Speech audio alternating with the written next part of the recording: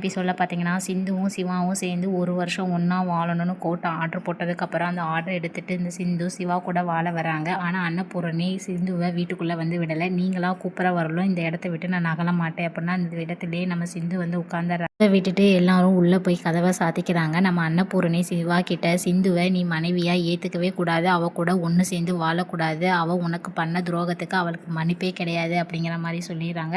ஆறுமுகம் அன்னபூரணி கிட்ட எவ்வளவோ எடுத்து சொல்கிறாங்க சிந்துவை உள்ளே கூப்பிடுங்கன்னு. ஆனால் அன்னபூரணி அதை மறுக்கிறாங்க. எனக்கு பண்ண துரோகத்துக்கு அவளை நான் ஒரு நாளும் மன்னிக்க மாட்டேன் அப்படின்னு பைரவி ஆறுமுகத்திட்ட இருந்து சொல்கிறாங்க. எல்லாரும் தூங்கினதுக்கப்புறம் ஆறுமுகம் சிவா கிட்ட சிந்துக்கு நீ சாப்பாடு எடுத்து கொண்டு போய் கொடுன்னு சொல்கிறாங்க. சிவாவும் சாப்பாடு எடுத்து கொண்டு போய் கொடுக்குறாங்க.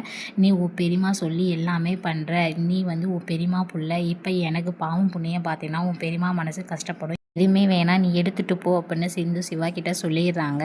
சிந்து தனியாக கஷ்டப்படுறத பார்த்துட்டு நம்ம சிவா ரொம்பவே கஷ்டப்படுறாங்க. அடுத்த நாள் காலையில் பார்த்தீங்கன்னா நம்ம மகா கதவை திறந்ததுக்கப்புறம் சிந்து உட்காந்துருக்கிறத பார்த்துட்டு இவ இன்னும் போகலையா அப்படின்னு இசக்கியை கூப்பிட்டு ரவுடிங்களை கூப்பிட்டு சிந்துவை முதல்ல இந்த இடத்த விட்டு காலி பண்ண அப்படிங்கிறாங்க. இசக்கியும் ஃபோன் பண்ணி சொல்லிடுறாங்க. அன்னபூர்ணிக்கிட்ட போய் சொல்லும்போது காயப்படுத்தாமல் நீங்கள் என்ன பண்ணாலும் சரி அப்படின்னு அன்னபூர்ணி சொல்லிடுறாங்க. இசைக்கு சொன்னனால அந்த ரவுடி பசங்க வந்துடுறாங்க. சிந்துவோட கையை பிடிச்சி இழுத்துக்கிட்டு இருக்காங்க. நம்ம சிந்து டாக்டரே அப்படின்னு சொல்லி கத்துறாங்க. சிவா சிந்துவை வந்து காப்பாற்றுறாங்களான்னு அடுத்த ஒரு எபிசோடை நம்ம ஃபுல்லாக பார்த்து தெரிஞ்சுக்கலாம்.